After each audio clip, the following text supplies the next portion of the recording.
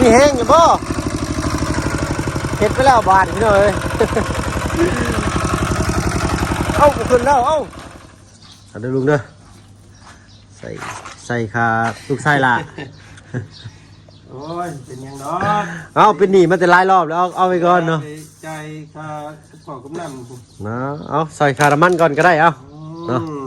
เอาไปก่อนซอยคาน้ำมันอีกแล้วพี่น้องเลยโอ้เพิ่นได้เงินเดือนบ่โดยเพิ่นให้500,000บ่ได้นี่พี่น้องเอาใส่กระเป๋าจักเปียกหน่อยนึงเนาะครับเอาเจ้าได้นี่ฮะเด้อ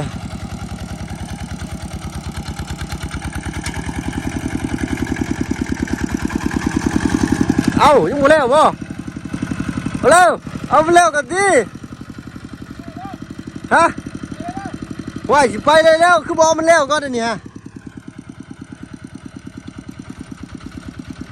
โอ้ได้ดิบอกไปดิจะเป็นบ้าเด้อเดี๋ยวไปนะค่าไฟเนาะแต่เศร้าเดือนนี้พี่น้อยเนาะปูนธนาคารเสียค่าฟื้นค่าไฟกันเซลเนาะเนาะตัดเผาตอนเศร้าเสียเงินแต่เศร้าอยู่บ้านอยู่เอ้ยเนาะ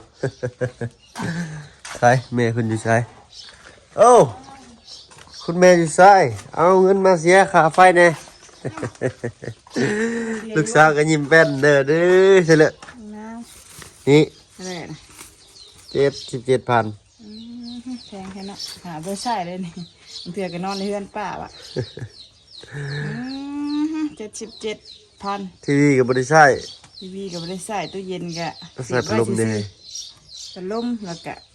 เนี่ยมีแต่พัดลมเนาะพัดลมกับไฟพัดลมกับอันหลอดไฟละ800,000ตัวก็ได้เท่า80นึงก็ยังสิอุกวิชานะ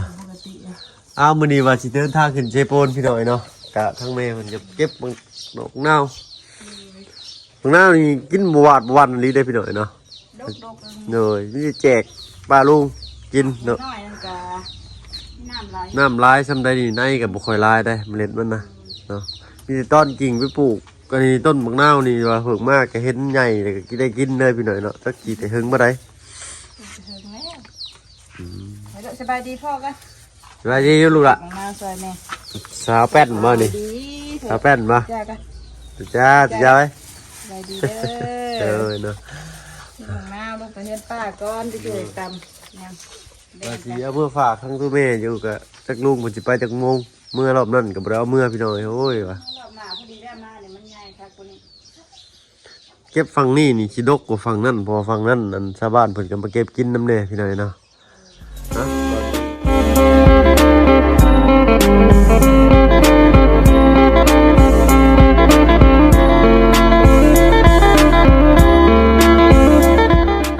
สบายดีพ่อแม่พี่น้องหมู่เพื่อนกันเบิดสุขคนน้องบัวฝั่งไทยฝั่งลาวแต่กระทั่งฝั่งต่างประเทศที่ยินดีต้อนรับเข้าสู่ช่อง YouTube บ่เพิ่งเคยหลายคือเก่าพี่น้อยเนาะอย่างได้กันตามแต่เนาะมื้อนี้ก็ฝากติดตามรับชมไว้เด้อพี่น้อยเนาะขึ้นเซโปนรอบนี้ก็จักสิมื้อใดสิได้ลงมาเนาะพร้อมรับลุงแล้วก็ทางว่าบุญสารวัตรมื้อนี้ขึ้นพร้อมหน้าพร้อมตาพี่น้อยเนาะ3 6 3เคยคือเก่าเนาะเมื่อคืนนี้ก็วังค่ำนี่เนาะพี่น้อยเมื่อคืนนี้แล้วมีทางลุงจันเพิ่นเนาะมีทางแม่ใจดี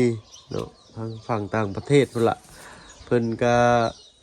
มีแบ่งน้ำใจเพิ่นเนาะมาสดสวยชื่อเตาแก๊สให้ใหม่โอ้ยเนาะดีอกดีใจหลายพี่น้อยเนาะได้เตาแก๊สไว้ให้อันอุ่นข้าวอุ่นน้ำให้น้องอินเตอร์นั่นเลยล่ะสบายดีปะลุงว่ะถูกจ้าไว้ถูกจ้าป้าเลยเราแขนไหนหน่อยได้เห็นแต้นอยู่ได้นี่จ้าเสร็จเลยเขามุขขับใจตู่ดูเด้อไปมันต้องบังคับเพื่อนใช่บินค่าไฟเนี่ยมันบ่สำคัญอะไรวะโอ้ยมันถึงหน้าไหมนะสำคัญนะสำคัญอยู่บนใจขึ้นใจแล้วเลยเกิดแล้วบัดนี้แต่ค่าน้ำบุมีพี่หน่อยอยู่บางบ้านเท่านั้นคนใส่น้ำบาดาลมาไปฝากใครบ่ทางเซปูนฝากน้องสอนบ่น้องสอนบ่ เอาบ่ เดี๋ยวเอาไปฝากน้องซ้อนนั่นก็ได้ซะ บ่มีหยังต้อนแล้วเนาะมีแต่ของนาวเด้อเพื่อนกันยันว่าเพิ่น เอาไปต้อนนั่น ตำหั่นตำนี่มา เจ้อารมณ์ดีน้ำบ่เนาะเพิ่นก็เฮ็ดกับข้าวกับน้ำสู่กินตลอดนะพี่น้อยเนาะบางทีมันก็นึ่งผักให้เนาะตำแจ่วน้ำพริกกะปิให้ทอดไข่เจียวให้บางเทื่อก็เฮาก็เอามากินเท่าก็ นี่แบ่งไปให้ปิดลายดิ เลย ไปทั้งเฮือนพุ่นกินน้ำบ่ทันดอกเฮือนป้า เลยมาลูกใหญ่ๆอยู่เทึงก็มีอยู่พี่น้องเอ้ยลูกหนู ไม่เลยปิดเอาสิเอาไว้สิถามหัวไปปิดเอากาลูก ยาดอกเอาไว้เพิ่นกินน้ำได้ฟังน่ะก็ได้กินได้ผู้เดียวหลาย ลูกง่ายจะเอาไปฝากไปต้น โอ้ยกำน้ำเลยฮะ เฮ็ด โผล่ลูกน่ะ2 3 4ลูกเนาะลูกใหญ่หนึง ป้าพอแล้วเนาะ พอได้ เลย เอาไปฝากสิอันนั้นนั่นค่ะ เอากับคนเขินกำลังช้อนน่ะเด้อ เอาข่อยอีกดิ แล้วก็บิดเอาอะไรก็จังบิดเอาก็ได้เนาะเนาะ ผมลูกถามแป๊บนึงได้ปะสิปิดเอาหน่อยนึงอีกหน่อย อื นึง มน้ำได้ฮะ ปิดเอาอีกหน่อยนึง ได้เลยบ้าหาขอน้อยผู้ลูกเอ้ยเนาะอ่ะนี่แหละนี่แหละเนาะตาแก๊สทางลุงจันทร์เป็นนำเขามาให้เนาะทางเงินลูกแม่ใจดีเพิ่นพี่น้อยเนาะโอ้ยกะขอมุกขอบใจหลายๆเด้อแม่เด้อเนาะอ่ะเท่ากับบุญเยี่ยงกับบุญเทนคุณเพิ่นพี่น้อยเนาะมีแต่คำเว้าคำจ้าอะไรคำอวยชัยอวยพรพี่น้อยเนาะเราทานวาซามิก็ให้ไล่ขึ้นแม่10 เท่า1,000 เท่าเด้อแม่เด้อเนาะความเจ็บบ่ให้ได้ความไข้บ่ให้มีเนาะอายุยืนเป็นสุขต้องให้ไปผ่านมันบ่ให้เบียดเดินทางไปทางใดมาไสก็ให้ตลอดปลอดภัยต้องให้อยู่บัดควันยืนเด้อแม่เด้อเนาะสาธุครับอย่าติ้งเนาะลูกเนาะเฮาก็ยังบ่ทันได้ใช้หรอกพี่น้อยเนาะอันนี้ก็สิเอาไว้ก่อนทางแม่เนาะอินเตอร์เพิ่นก็ว่ามาสิต่อว่าให้แม่เพิ่นใช้อยู่นี่ก่อนพี่น้อยเนาะเพราะว่าเฮาบ่ได้อยู่เฮือนเนาะท่านเพิ่นเข้ามาเล็กๆขโมยน้อยก็โอ้สิเสียใจหลายได้เนาะ สนุกปะเนี่ยทางแม่เพิ่นก็เตรียมข้าวเตรียมของไว้พาน้องอินเตอร์ไปยืนแว่เลยเจ๊งหน้าเจ๊งหน้านะ เห็นดูลูกเห็นใช่ไหมยืนดีก็เฮ้ยเนาะไปพี่หน่อยพี่หน่อยเนาะเงินซ่านบ้านซองก็มืดเลยเด้อเนาะว่าสิเปลี่ยนหลอดไฟใหม่เนาะมื้อนี้ก็ว่าสิซื้อก้อนประตูมาใส่เจ้าใหม่เด้อเฒ่าเด้ออ้าวยังสิบ่ทันบ่แม่นต้นเที่ยงหมู่จักเพิ่นนี่มานี่กะได้อยู่เนาะเอ้ามาแบ่งมันนุ่งนาวก่อนพี่หน่อยเนาะ แบ่งหน้าให้เพื่อนกันน้องสอนกับเจ้ร่มดีว่ะ เลย เดี๋ยวไว้ให้เราตำตำดิ เพิ่นก็ขายสมตำอยู่นะ น้องสอนน่าสิใส่อยู่บ่เนาะ จังว่าและคือสิบ่ค่อยใช้กินเปรี้ยวบันไดทางหน้าเนาะ ใส่ได้โดนดีดอกเพราะว่ามันน้อยอยู่เนาะเจ้าน้ำลาย ใช่เด้อ เจ้เพิ่นก็สิใส่ลายอยู่ดอกเนาะสอน เล เนาะ ยเพิ่นสิกล้าเอาอยู่บ่ยันเพิ่นนั่นเอาเงินให้เด้เว้ย โอ้จะบ่เอาแล้วเนาะเอาเงินให้ก็ได้ อันแล้วจังว่าอยู่เอาเลย เดี๋ยวมันบ่มีหยังต้อน เลย ให้น้องสอนไม่นึงก็แล้วกันเพราะว่าเพิ่นคือสิบ่ได้ใส่หยังมาเนาะ เลย ทางเจ้เพิ่นตามเป็นตามพายบะ เลย ต้อนเนาะบ่มีหยังต้อน เฮามีก็แบ่งมีแบ่งกันพี่น้อยเนาะเฮากินตามว่าเฮากินในครอบครัวเฮือนนี่กินบ่ทันนี่พี่น้อยเนาะ เด้อๆ ห่านเอาอีกเลย ถึกเสื้ออยู่ได้ดอก เขาเก็บไปขายกับต้องตลาดนัดพี่น้อยเนาะ โดย บางหน้าอยู่บ้านนี่แทบเกือบสุกหลังคาเฮือนเด้ แม่มีต้นมันเองเลยว่า โดย เพื่อนกัน ตอนที่ขายกลางบ้านนี่ก็บ่ได้เนาะเก็บไปขายอยู่ตลาดก็ใส่ค่าน้ำมันก็ บ่ได้ดี สนุกกันเนาะกับผู้ที่ได้ค่าน้ำมันนะพี่น้องเนาะเหลืออยู่10,000เนาะซื้อขนมในถุงหนึ่งให้อาเตอร์ไอ้ตาเนาะเอาขึ้นรอบนี้ก็สิมีเงินสดสวยน้ำมันลุงจันทร์อยู่เนาะ4-5 แสนเนาะ เดินทางมานี่บ่ เลยอ้ายนะบ่ป้าใหญ่กับป้าเตอนั่น ยังให้แล้วอยู่ บีแบ่งกับเพิ่นนํเนาะค่าปลาแดกเป็นนัวลงไปอยู่เฮือนชาติน้ำมันเพิ่นเนาะ โดย คิดกับข้าวกับน้ำค่าปลาแดกเป็นนัวก็ให้เพิ่นได้คนละ4-5 แสนทางไอ้คิมเอ้ยน่ะก็นั่นแหละเอาน้ำพันแหละพี่น้อยเนาะเฮาก็มีบ่หลายก็ สวยๆเรือกันไปทางเฮาขึ้นไปนี่ก็ต้องใช้เงินอีกพี่น้อยเนาะขึ้นเซโปนรอบนี้เนาะก็สิ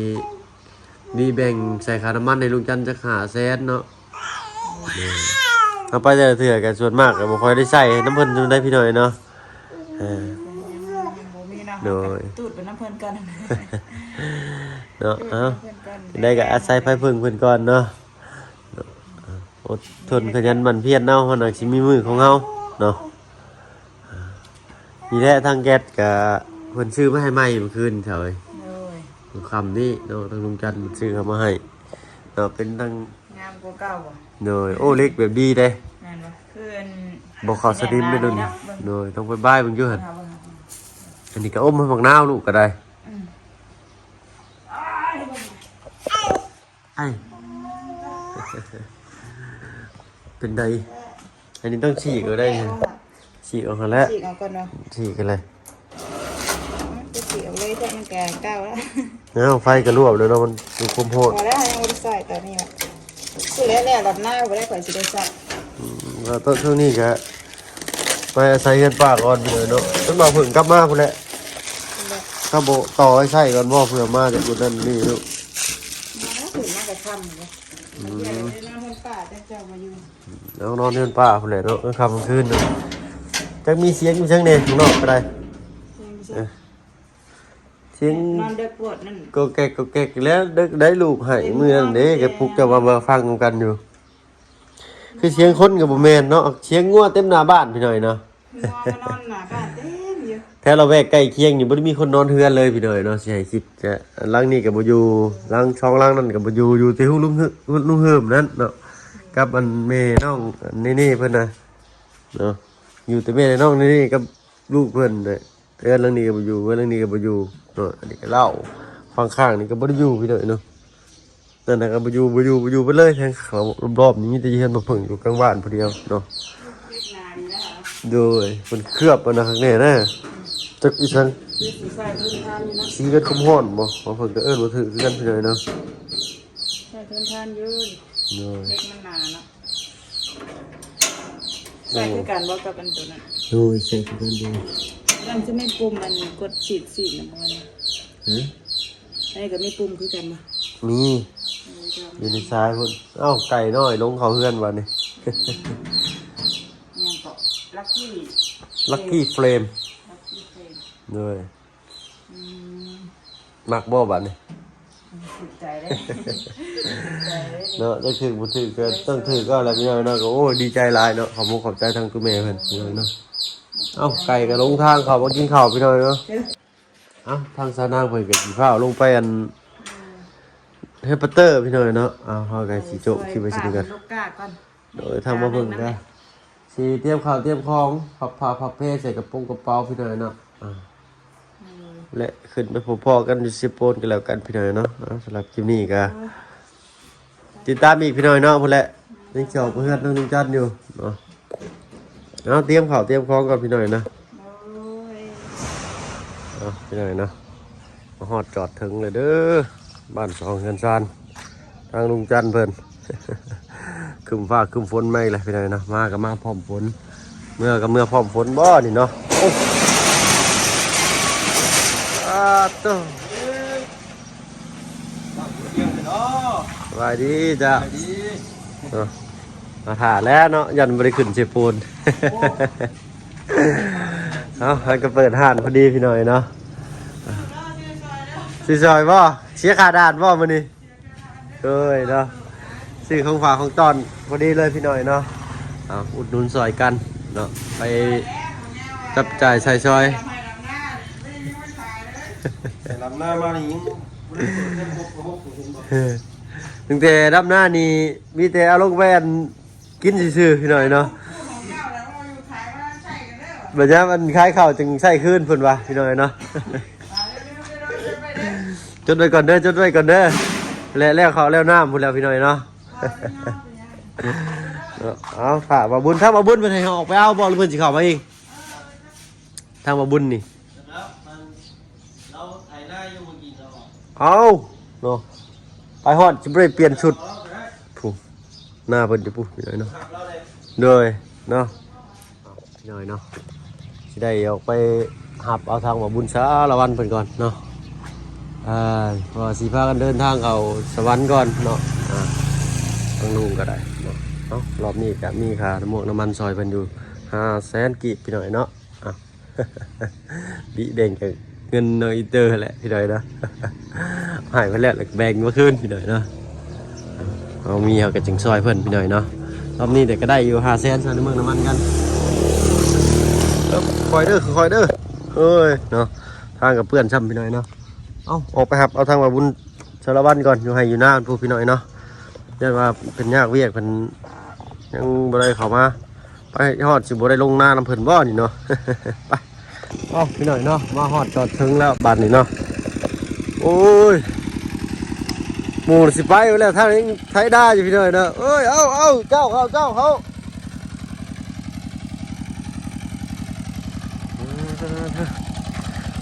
เราก็ไถหน้าเป็นเนาะบ่าวบุญนี่เนาะพี่หน่อยเนาะ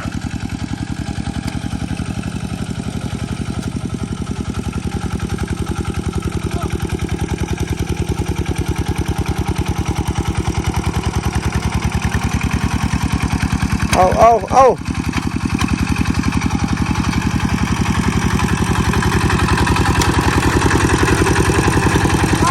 ไปเลยได้มาหับเอาได้นี่ฮะมาหับเอาเจ้าได้นี่ฮะ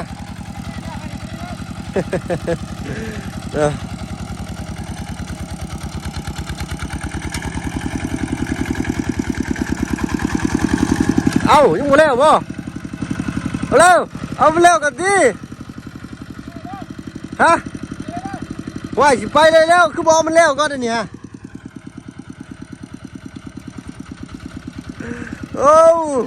ได้ดิรอบไปนี่จะเป็นบ้าเนาะโอ้ยพี่หน่อยนะพอไปเลยเอาเล็ดขึ้นเลยดิเนาะแล้วกันเอาคอยได้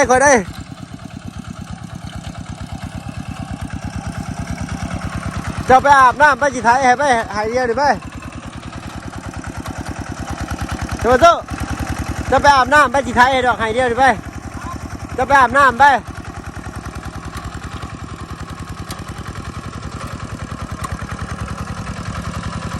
ไทยให้เพิ่นก่อนพี่น้อยน้อยเพิ่นไปอาบน้ำนั่นว่าลุงมันที่ขึ้นสวรรค์เนาะ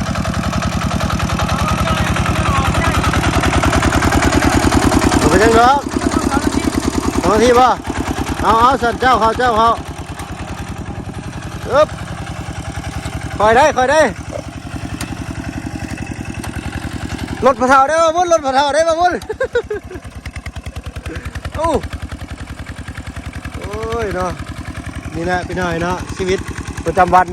ของพวกเราสายยูทูบเบอร์เนาะตามกบคำเคยกับเห็ดไห่ใส่หน้าพี่น้อยเนาะบ่ได้มีชีวิตที่ลุลาเนาะ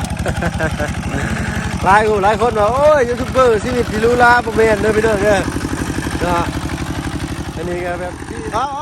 ค่อยได้โอ้ยทรงฟ้าแท้เนาะ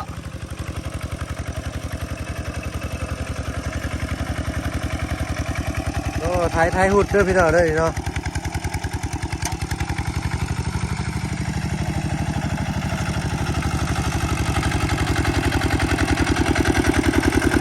แล้วจะตัวเป็นเกลียวเลยเราก็ได้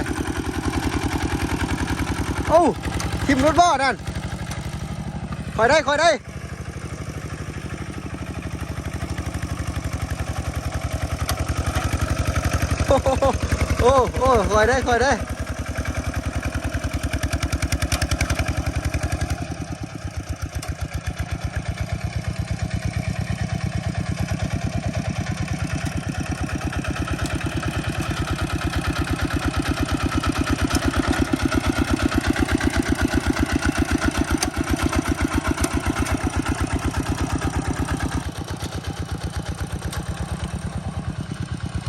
เอาโอ้ยหัวจนไทยไปหลุดกันเนาะ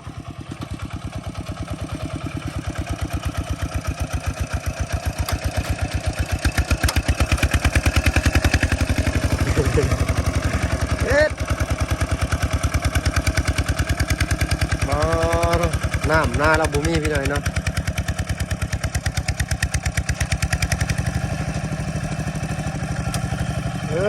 เอาน้ำหน้าเพิ่นบุมีหน้านี่เป็นนาโนนต้องน้ำลายดีพี่หน่อยเนาะจริงน้ำจริงคิว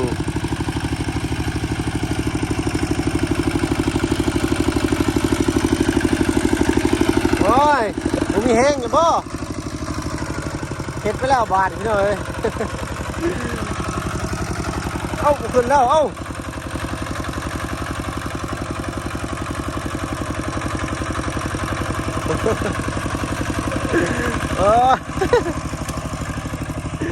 เอาไทยเรือรถไทยไปไทยกันหน้าแล้ว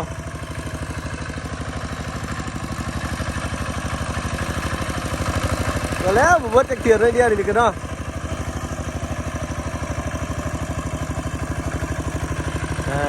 นะเอาไว้ยังไงนะฮะ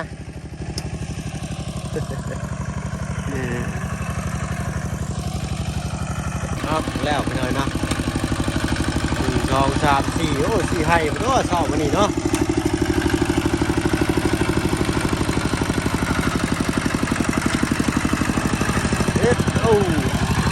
เอากุ๊บจะเดียว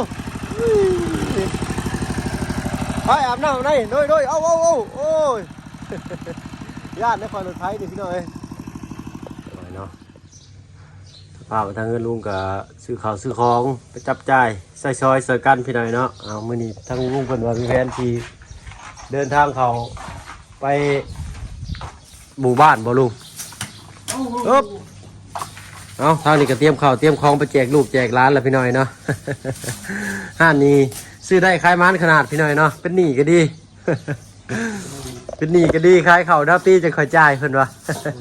เอ้ารอบนี้เนาะก็บ่มีอันนั้นหลายก็มีแต่สิซอยคาน้ำเมือกน้ำมันทางลุงเพิ่นพี่น้อยเนาะเอาเด้อลุงเด้อใส่คาลูกไส้ละ โอ้ยเป็นยังดอก เอาเป็นหนี้มาแต่หลายรอบแล้วเอาไปก่อนเนาะ ใจค่าขอกำนัน นะเอาใส่คาน้ำมันก่อนก็ได้เอา เนาะ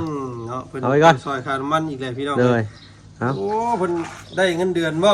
โดย เพิ่นให้500,000บ่ได้นี่พี่น้อง เอาใส่กระเป๋าจักเปียกหน่อยนึงเนาะเลยเนาะ ได้เดือนแรกแห้งมานบ่ เดือน2แล้วเดือนแรกได้หน่อยบ่กล้าปาก ได้2เดือนได้เฉยกูปาก เลยเนาะเดือนแรกก็พอจะได้อันซื้อเป็นเพิ่นให้ลูกเนาะรอบนี้ก็ ช่วยค่าน้ำมัน โอ้ย เป็นเท่าไรก็ของข่อยบ่ซื้อ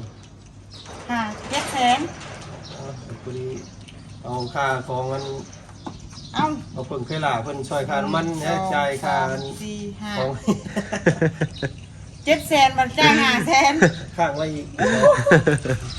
เอาถึงถูกถึงแทนพี่หน่อยเนาะ เอาผมบ่ขอบใจห โด ลายๆ ยเนาะบ่เป็นหยังเอา สบายดีพี่น้องเลย เลยรอบนี้ซอยจะมีก่อนรอบหน้า น้ำมันเบิดเจ้ามาซื้อของใช่ค่ะของ ได้ค่าของเลย บ่พออีก น้ำ แล้ว มันก็ออกไปเติมอยู่นอกอีก ติดหนี้ไปก่อนมาแต่งเมื่อไรจักสิใช่ เงินเดือนบ่ออกนี่ เลย เพิ่นได้เงินเดือนเพิ่นว่าช่วยค่าน้ำมัน ใช่ใส่เงินเดือนแล้วพี่น้องเลยเงินเดือนเมียได้จ้ะ กินเดือนเมียกะ เมียได้จ้ะ ได้พ่อแต่ซื้อเป็นเพิ่นโลกกันนะเลยเนาะ เอาพี่น้องกันนั่นแหละเนาะคลิปไทยเสมอกับพ่อได้ทูไทยพี่น้อง เล เลย ย พอค่ะบัตรเติมเงินหรือบ่กับจัก ปีหนึ่งอยู่ได้ฮะ ปีเดียวบ่ เลยถ้าก็ได้นะถ้าก็ได้ค่ะเป็นเพิ่นลูก ปีนึงเนี่ยพี่น้องก็เคยสิได้เพราะมันเงินเดือนได้ใส่เนาะเงินปีได้ เป็นปีเลยเนาะอ๋อต้องถนนหนทางบ้านเฮาเนาะทางเฮาก็สิได้พากันเดินทางรอบนี้ก็พุ่นแหละสิประมาณนี่ก็9 โมงเลยพี่น้อยเนาะ8 โมงสิ9 โมงเลยเนาะเพื่อเดินทางกันไปฮอดพุ่นก็ฝากติดตามหน่อยเด้อพี่น้อยเนาะเป็นกำลังแรงใจให้3 ก๊ก 3 เคยเนี่ยเนาะโดยรอบนี้ทางลุงว่าสิมีแผนว่าสิพาไปใส่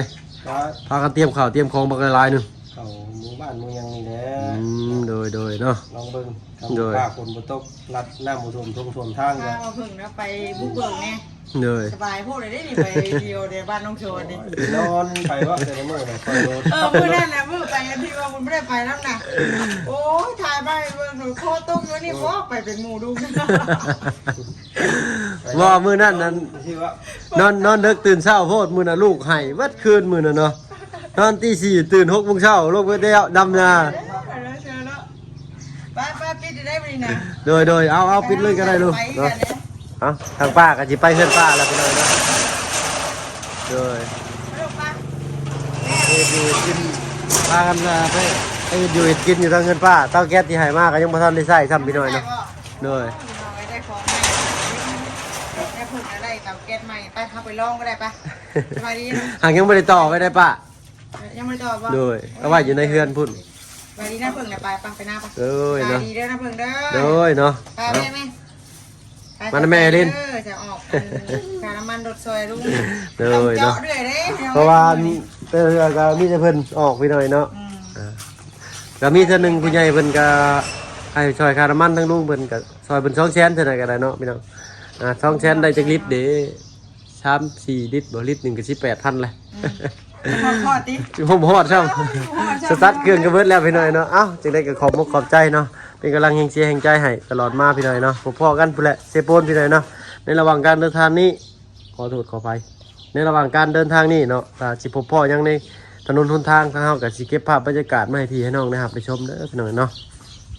จังได้ก็ตามแต่เนาะรอบนี้ก็ขึ้นไปซ้ำกกซ้ำเคยเนาะพบพ่อกันอยู่เซโปนพี่น้อยเนาะเอาเป็นว่าสบายดีเนาะถ่าบาบุญก่อนพี่น้อยเนาะเมื่อกี้นี้เพิ่นก็ไทยหน้าหุดเนาะกิ้งไปตามให้หน้าเนาะโอ้ยว่าสิลงไทยซอยเพิ่นก็เอ้าเพิ่นว่าเจ้าอาบน้ำมาแล้วก็มาเป็นหยังเพิ่นว่าเจ้าหน่อยสิได้เมื่ออาบน้ำใหม่มันสิช้าไปอีกเพิ่นว่าเนาะก็มีแต่สู้ๆเอาพี่น้อยเนาะไป